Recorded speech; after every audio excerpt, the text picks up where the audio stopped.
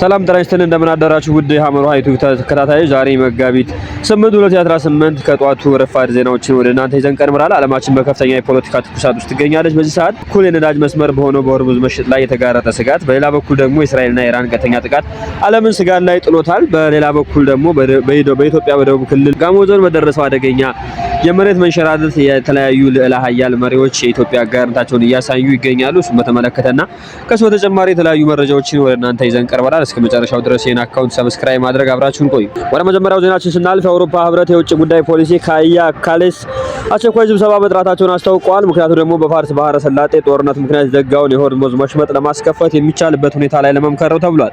ካላስ ሲናገሩ የወሽመጡ ክፍት ሆኖ መቀጠል የኢኮኖሚ ወሳኝ ነው ብለዋል።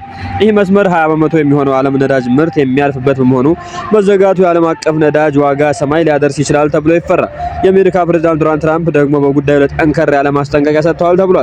ትራምፕ ለኔቶ አጋሮቹ ሲናገሩ ይህን የባህር መስመር ደህንነት ካላስከበራችሁ ለኔቶ የወደፊት ዕጣ ፈንታ በጣም መጥፎ ይሆናል ብለዋል። የዩናይትድ ኪንግደም ጠቅላይ ሚኒስትር በበኩላቸው ከዶናልድ ትራምፕ ጋር በጉዳዩ መምከራቸውን አሳውቀዋል። ከዚሁ ጋር በተያያዘ በመካከለኛው ምስራቅ ያለው ውጥረት ወደ ለየለት ጦርነት እያመራ ይመስላል። የእስራኤል መከላከያ ሰራዊት በቴህራን በሚገኝ ማህርባድ አየር ማረፊያ ላይ በፈጸመው ጥቃት የቀድሞው የኢራን ጠቅላይ መሪ አያቶላህ አሊ ካሚኒ ይጠቀሙበት የነበረውን የግል አውሮፕላን ማውደሙን በይፋ አረጋግጧል። ይህ አውሮፕላን ከፍተኛ ባለስልጣናት እንቅስቃሴና ለወታደራዊ ገዢዎች ይውል እንደነበር ነው የተገለጸው። በተመሳሳይ ሰዓት በኢራን ዋና ከተማ ባግዳዲ በአልጃርህ ሰፈር በተፈጸመ የሚሳኤል ጥቃት ለኢራን ሚሊሻዎች ወታደር ምክር ቤት የሚሰጡ የኢራን ከፍተኛ አማካሪዎች መገደላቸውን ኤፍኤም ዘግቧል።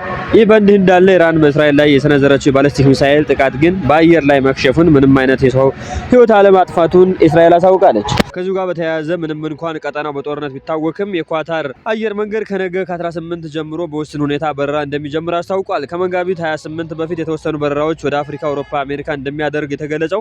በሌላ በኩል የኢራን የድሮን ጥቃት በዱባይ አየር ማረፊያ አቅራቢያ በነዳጅ ታንከር ላይ ተነካስቶ የነበረው የሰዓት በቁጥጥር ስር ውሎ በዱባይ በኩል በረራዎች ቀስ በቀስ እየጀመሩ መሆናቸው ታውቋል። ወደ ሀገር ውስጥ መረጃ ስናልፍ በደቡብ ኢትዮጵያ ጋሞ ዞን በደረሰው የመሬት መንሸራተትና የጎርፍ አደጋ ዓለም ታላላቅ መሪዎች ለኢትዮጵያ ሕዝብ ያላቸውን አጋርነት በከፍተኛ ደረጃ እየገለጹ ይገኛሉ።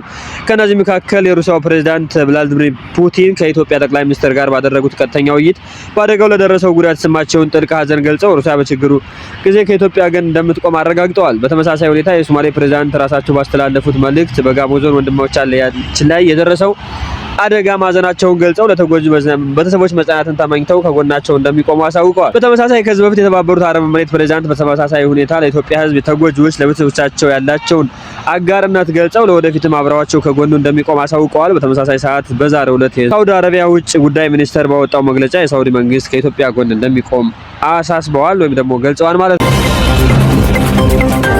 ውድ ሐመር ውሃ ቤተሰቦች የዛሬው መረጃዎቻችን እነዚህን ይመስሉ ነበር። ሌላ ጊዜ መረጃዎች ሲለቁ መጀመሪያ ወደ እናንተ እንዲደርሱ ይሄን አካውንት ሰብስክራይብ እና የደወል ምልክቱን መጫን አይርሱ። መልካም ቀን ይሁንላችሁ።